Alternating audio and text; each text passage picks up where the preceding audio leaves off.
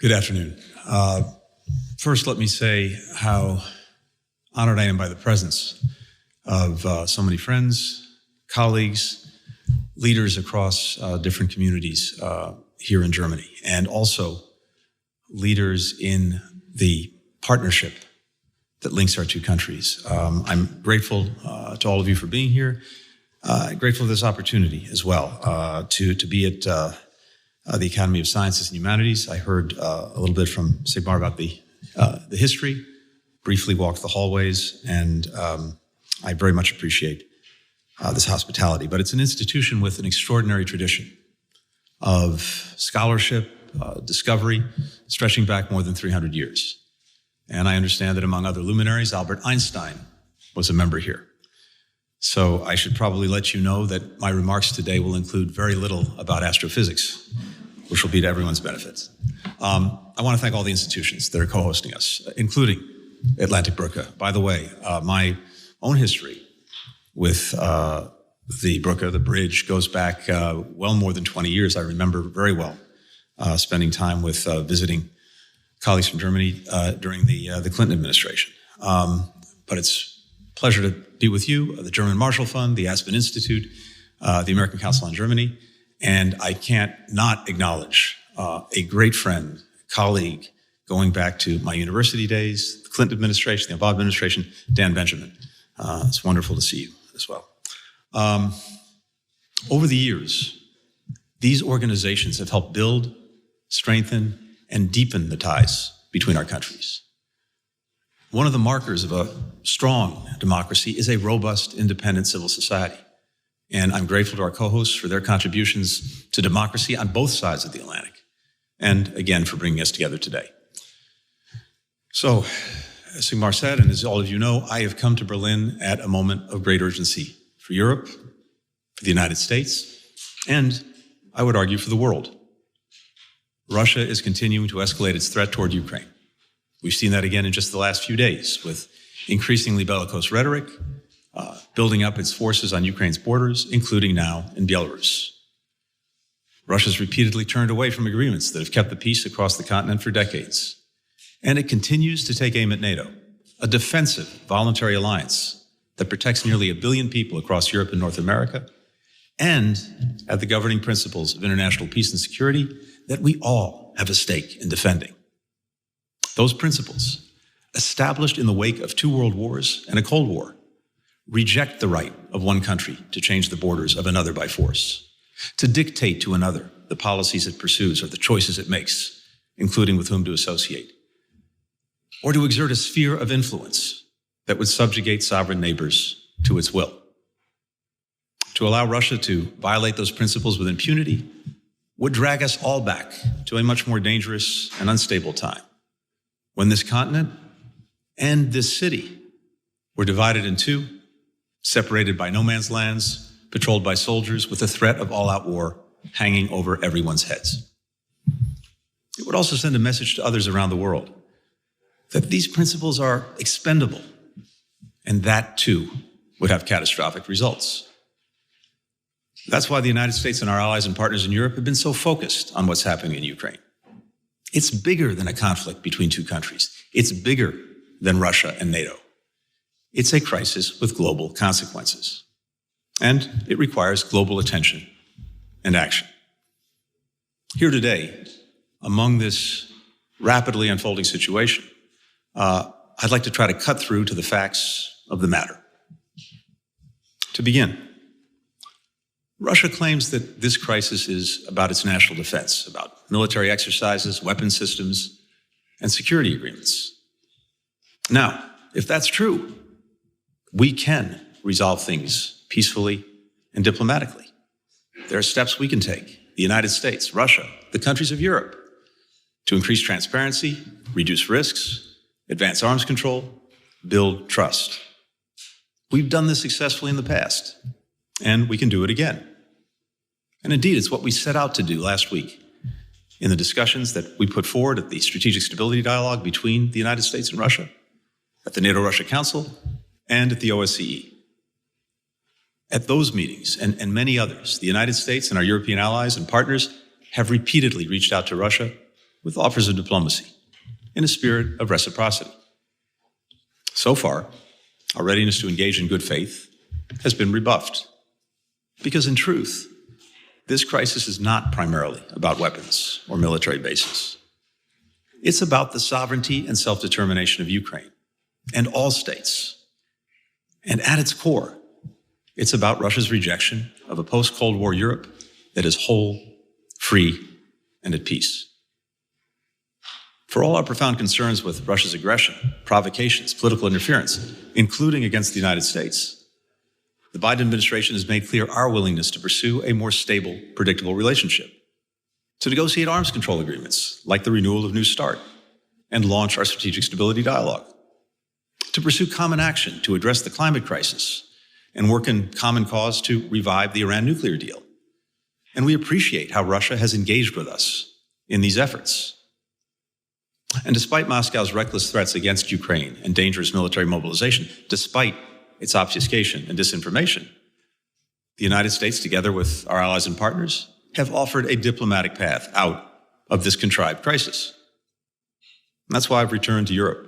Ukraine yesterday, Germany here today, Switzerland tomorrow, where I'll meet with Russian Foreign Minister Lavrov and once again seek diplomatic solutions.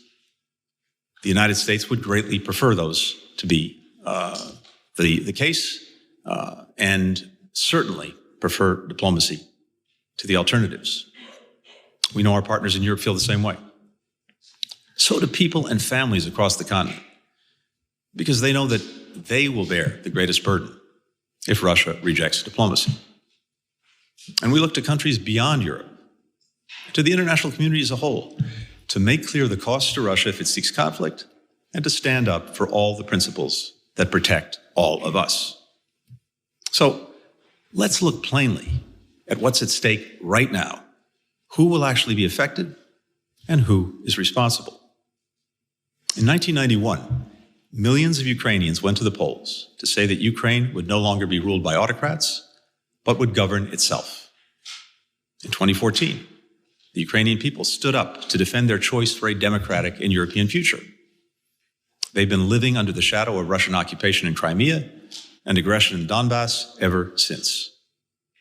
The war in eastern Ukraine, orchestrated by Russia with proxies that it leads, trains, supplies, and finances, well, that's killed more than 14,000 Ukrainians. Thousands more have been wounded. Entire towns have been destroyed. Nearly 1.5 million Ukrainians have fled their homes to escape the violence. For Ukrainians in Crimea and the Donbass, the repression is acute. Russia blocks Ukrainians from crossing the line of contact, cutting them off from the rest of the country. Hundreds of Ukrainians are being held as political prisoners by Russia and its proxies. Hundreds of families don't know if their loved ones are alive or dead. And the humanitarian needs are growing. Nearly 3 million Ukrainians, including 1 million elderly people and 500,000 children, urgently need food, shelter, and other life-saving assistance. But of course, even Ukrainians who live far away from the fighting are affected by it. This is their country. These are their fellow citizens. And nowhere in Ukraine are people free from Russia's malign activities. Moscow has sought to undermine Ukraine's democratic institutions, interfered in Ukraine's politics and elections, blocked energy and commerce to intimidate Ukraine's leaders and pressure its citizens, used propaganda and disinformation to sow mistrust, launched cyber attacks on the country's critical infrastructure. The campaign to destabilize Ukraine has been relentless. And now Russia is poised to go even further. The human toll of renewed aggression by Russia would be by many magnitudes higher than what we've seen to date. Russia justifies its actions by claiming that Ukraine somehow poses a threat to its security. This turns reality on its head. Whose troops are surrounding whom? Which country has claimed another's territory through force? Which military is many times the size of the other? Which country has nuclear weapons?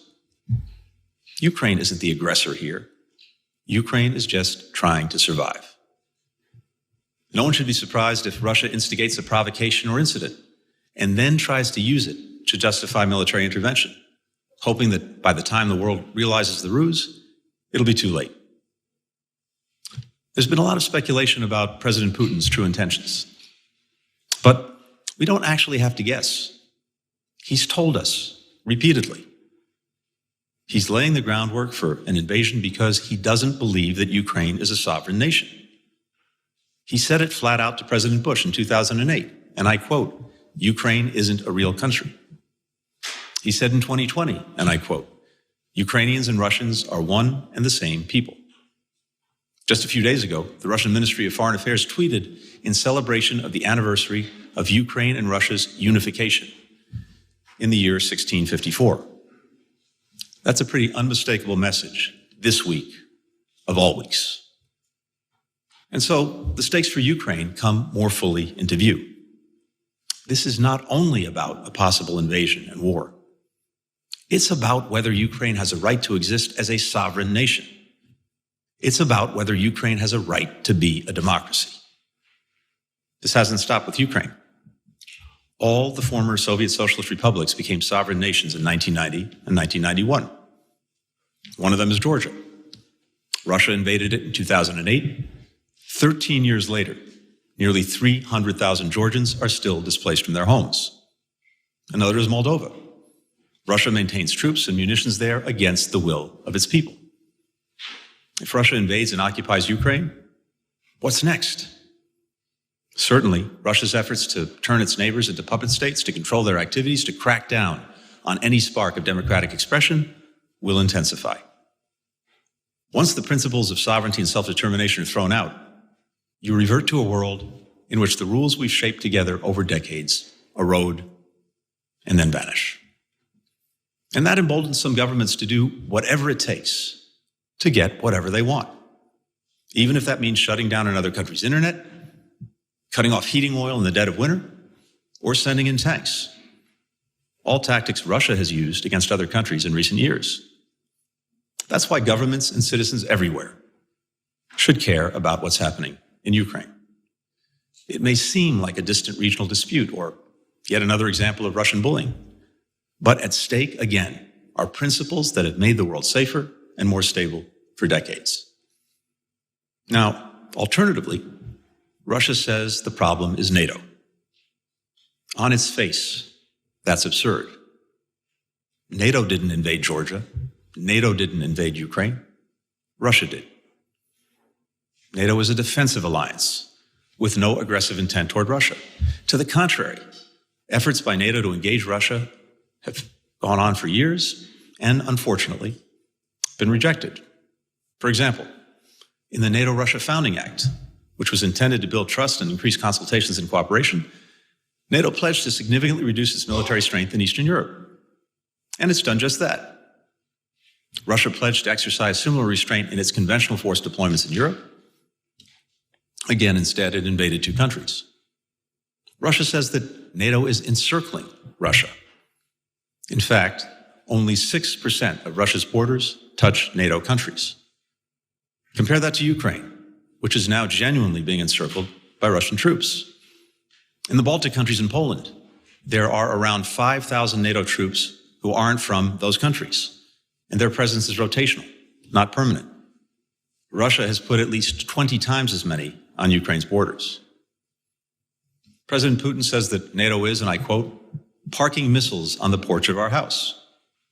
But it's Russia that has developed ground-launched intermediate-range missiles that can reach Germany and nearly all NATO European territory, despite Russia being a party to the INF Treaty that prohibited these missiles. In fact, Russia's violation led to the termination of that treaty, which has left us all less safe. It's also worth noting that though Russia is not a member of NATO, it, like many non-NATO countries, has actually benefited from the peace, stability, and prosperity that NATO has helped make possible. Many of us remember vividly the tensions and fears of the Cold War era. The steps that the Soviet Union and the West took toward each other over those years to build understanding and establish agreed-upon rules for how our countries would act were welcomed by people everywhere because they turned down the heat and made military conflict less likely. Those breakthroughs are the result of a great deal of hard work by people on all sides. Now we're seeing that hard work come undone.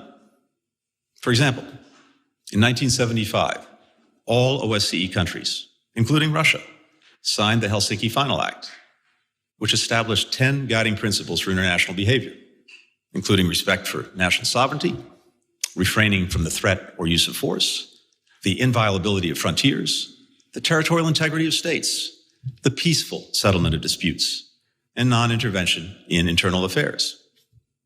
Russia has since violated every single one of those principles in Ukraine and has repeatedly made clear its disdain for them. In 1990, the OSCE countries, including Russia, agreed to the Vienna document, a set of confidence and security building measures to increase transparency and predictability about military activities, including military exercises. Now, Russia selectively follows those provisions. For example, it holds large-scale military exercises that it claims are exempt from the notification and observation requirements of the Vienna document because they're conducted without prior notice to the troops involved. Last fall, Russia conducted military exercises in Belarus with more than 100,000 troops. It's impossible that those exercises were no notice. And Moscow has failed to provide information on its military forces in Georgia, to notify the OSCE of its massive troop buildup around Ukraine last spring, to answer Ukraine's questions about what it was doing, all of which are required under that 1990 agreement.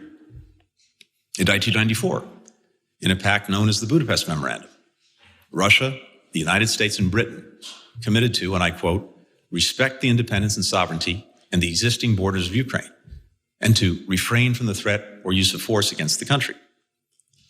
Those promises helped persuade Ukraine to give up their nuclear arsenal, inherited after the dissolution of the USSR, and which was then the third largest nuclear arsenal in the world. Well, we need only ask the people living in Crimea and Donbass what happened to those pledges. There are many more examples I could cite. They all support the same conclusion.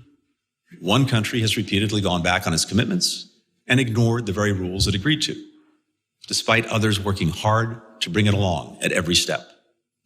That country is Russia. Of course, Russia is entitled to protect itself. And the United States and Europe are prepared to discuss Russia's security concerns and how we can address them in a reciprocal way.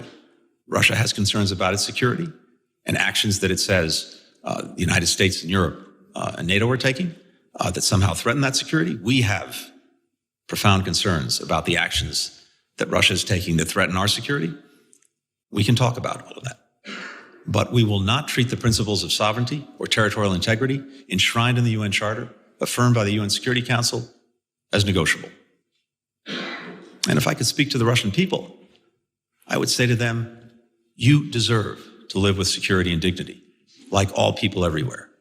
And no one, not Ukraine, not the United States, not NATO or its members, is seeking to jeopardize that. But what really risks your security is a pointless war with your neighbors in Ukraine, with all the costs that come with it. Most of all, for the young people who will risk or even give their lives to it. At a time when COVID is running throughout the planet, we have a climate crisis, we need to rebuild the global economy, all of which demand so much of our attention and resources. Is this really what you need? A violent conflict that will likely drag on. Would that actually make your lives more secure, more prosperous, more full of opportunity? And just think of what a great nation like Russia could achieve if it dedicated its resources, especially the remarkable talent of its human resources, its people, toward the most significant challenges of our time. We in the United States, our partners in Europe, we would welcome that. Tomorrow I'll meet with Foreign Minister Lavrov, and I'll urge that Russia find its way back to the agreements it swore to over the decades, and to working with the United States and our allies and partners in Europe to write a future that can ensure our mutual security. But I'll also make clear that that possibility will be extinguished by Russian aggression against Ukraine, which would also do the very thing Moscow complains about, bolster the NATO defensive alliance. These are difficult issues we're facing. Resolving them won't happen quickly. I certainly don't expect we'll solve them in Geneva tomorrow. But we can advance our mutual understanding. And that, combined with de-escalation of Russia's military buildup on Ukraine's borders, that can turn us away from this crisis in the weeks ahead. At the same time, the United States will continue to work with our allies and partners in NATO, the European Union, the OSCE, the G7, the United Nations, throughout the international community, to make clear that there are two paths before Russia: the path to diplomacy that can lead to peace and security, and the path of aggression that will lead only to conflict, severe consequences, international condemnation. The United States and our allies will continue to stand with Ukraine and to stand ready to meet Russia on either path. It's no accident that I'm offering these thoughts here in Berlin. Perhaps no place in the world experienced the divisions of the Cold War more than this city. Here, President Kennedy declared all free people citizens of Berlin. Here, President Reagan urged Mr. Gorbachev to tear down that wall. It seems at time that President Putin wants to return to that era. We hope not.